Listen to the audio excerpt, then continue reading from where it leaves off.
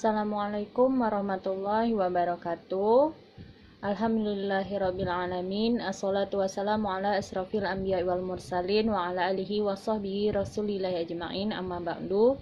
Bersyukur kita kepada Allah Subhanahu wa ta'ala yang mana Allah masih mempertemukan kita dalam perkuliahan daring ini.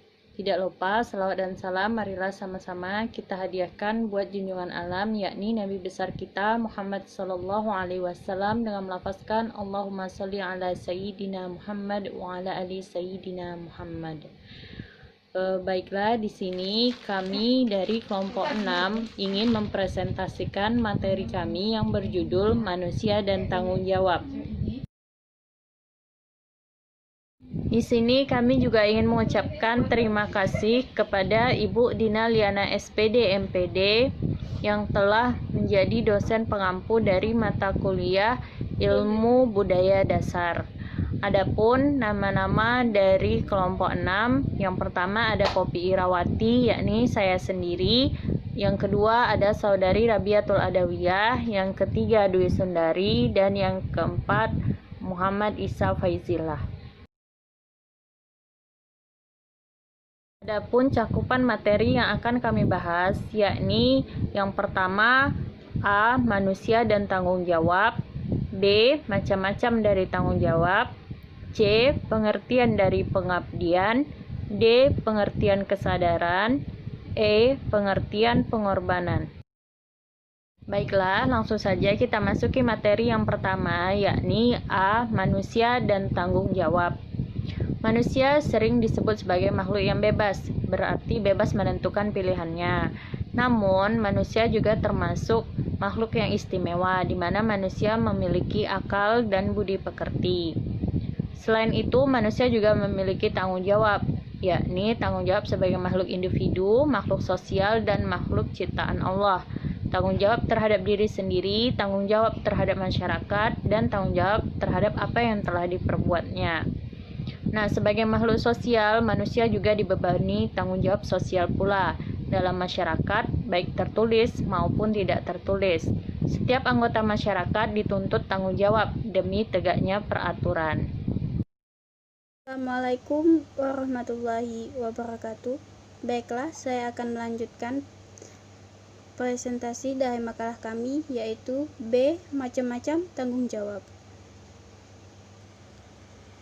Terdapat 4 bagian, yaitu tanggung jawab kepada keluarga, kepada masyarakat, kepada bangsa dan negara, dan kepada Tuhan. A. Tanggung jawab kepada keluarga. Masyarakat kecil ialah salah satu keluarga. Keluarga adalah suami istri, ayah, ibu, anak-anak, dan juga orang lain yang menjadi anggota keluarga. Tiap anggota keluarga wajib bertanggung jawab kepada keluarganya. Tanggung jawab ini menyangkut nama baik keluarga, tetapi tanggung jawab juga memerlukan kesejahteraan, keselamatan, pendidikan, dan kehidupan. Seperti perbuatan guru Isa mengambil barang-barang milik sekolah untuk dijual adalah merupakan tanggung jawabnya sebagai kepala rumah tangga.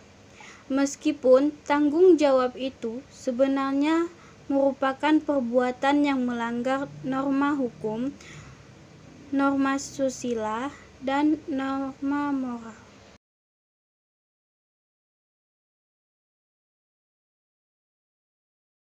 Baiklah, selanjutnya B. Tanggung jawab kepada masyarakat. Manusia adalah makhluk sosial. Manusia merupakan anggota masyarakat. Karena itu, dalam berpikir, bertingkah laku, berbicara, dan sebagainya, manusia selalu terikat oleh masyarakat. Jadi wajarlah jika segala tingkah laku dan perbuatan harus dipertanggungjawabkan kepada masyarakat. Contohnya, kita mengadakan gotong royong di suatu desa, tentu kita harus ikut berpartisipasi pada gotong royong tersebut. Tanggung jawab kepada bangsa atau negara. Bahwa setiap manusia tidak individual adalah warga suatu negara dalam berpikir, berbuat, bertindak, bertingkah laku. Manusia terikat oleh norma-norma atau ukuran-ukuran yang dibuat oleh negara. Manusia tidak dapat berbuat semau sendiri. Bila perbuatan manusia itu salah, maka ia harus bertanggung jawab kepada negara. D. Tanggung jawab kepada Tuhan. Sebagai ciptaan Tuhan, manusia dapat mengembangkan diri sendiri dengan sarana-sarana pada dirinya, yaitu pikiran, perasaan, seluruh anggota tubuhnya, dan alam sekitarnya. Dalam perbuatannya, manusia dapat membuat banyak kesalahan, baik disengaja maupun tidak. Sebagai hamba Tuhan, manusia harus bertanggung jawab atas segala perbuatan yang salah itu dengan istilah agama atas segala dosanya. Contohnya dalam kehidupan sehari-hari, manusia sembahyang sesuai dengan perintah Tuhan. Apabila tidak sembahyang, maka manusia itu harus bertanggung jawab kelalaiannya di akhirat nanti. Pengabdian. Pengabdian kepada keluarga, pengabdian kepada masyarakat, pengabdian kepada negara, dan pengabdian kepada Tuhan. Yang pertama, pengabdian kepada keluarga. Pada hakikatnya, manusia hidup berkeluarga. Hidup berkeluarga ini didasarkan atas cinta dan kasih sayang. Kasih sayang ini mengandung pengertian, pengabdian, dan pengorbanan. Tidak ada kasih sayang tanpa pengabdian. Bila ada kasih sayang tidak disertai pengabdian, berarti kasih sayang itu palsu atau semu. Pengabdian kepada keluarga dapat berupa pengabdian kepada istri dan anak, istri kepada suami atau anak kepada orang tuanya. B. Pengabdian kepada masyarakat. Manusia tidak dapat hidup tanpa orang lain, karena tiap-tiap orang asing membutuhkan. Bila seseorang yang hidup di masyarakat tidak mau memasyarakatkan diri dan selain mengasingkan diri, maka apabila mempunyai kesulitan yang luar biasa, ia akan ditertawakan oleh masyarakat. C. Pengabdian kepada negara. Manusia pada hakikatnya adalah bagian dari suatu bangsa atau warga negara suatu negara. Karena itu, seorang warga mencintai bangsa dan negaranya.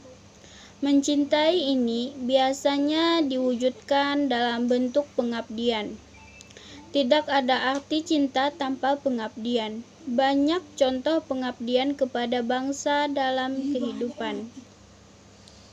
D. Pengabdian kepada Tuhan. Manusia tidak ada dengan sendirinya, tetapi merupakan makhluk ciptaan Tuhan. Sebagai ciptaan Tuhan, manusia wajib mengabdi kepada Tuhan. Pengabdian berarti penyerahan diri sepenuhnya kepada Tuhan, dan itu merupakan perwujudan tanggung jawabnya kepada Tuhan yang Maha Esa.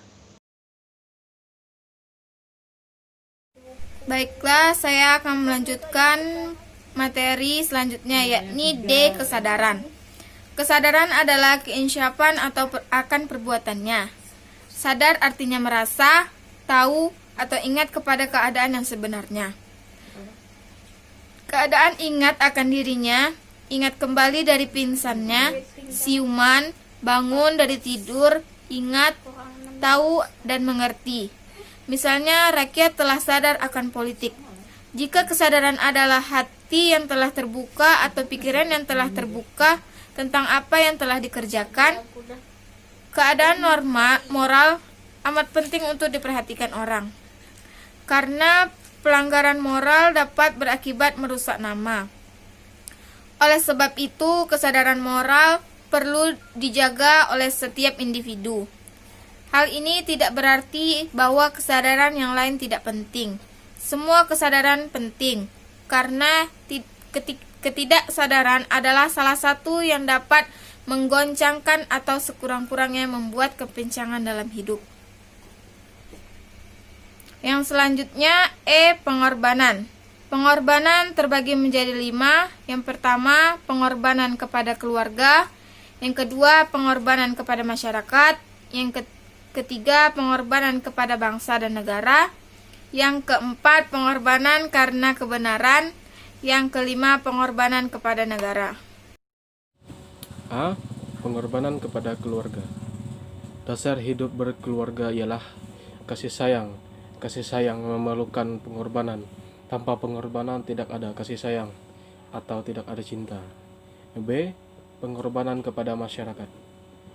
Manusia adalah makhluk sosial karena manusia tidak dapat hidup sendiri dan saling membutuhkan. Sebagai makhluk sosial, manusia merasa terkait dengan masyarakatnya. Itu demi pengabdiannya kepada masyarakat, ia tidak dapat bebas dari pengorbanannya. Yang C.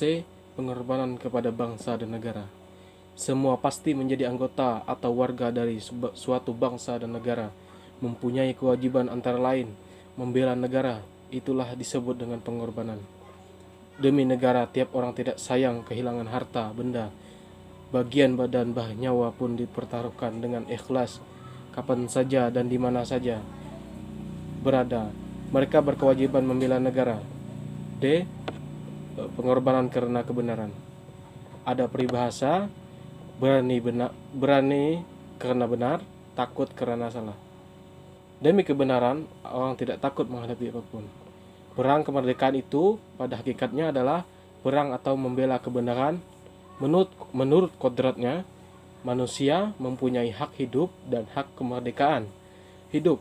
Oleh karena itu, penjajahan di atas bumi bertentangan dengan kodrat berjauhan.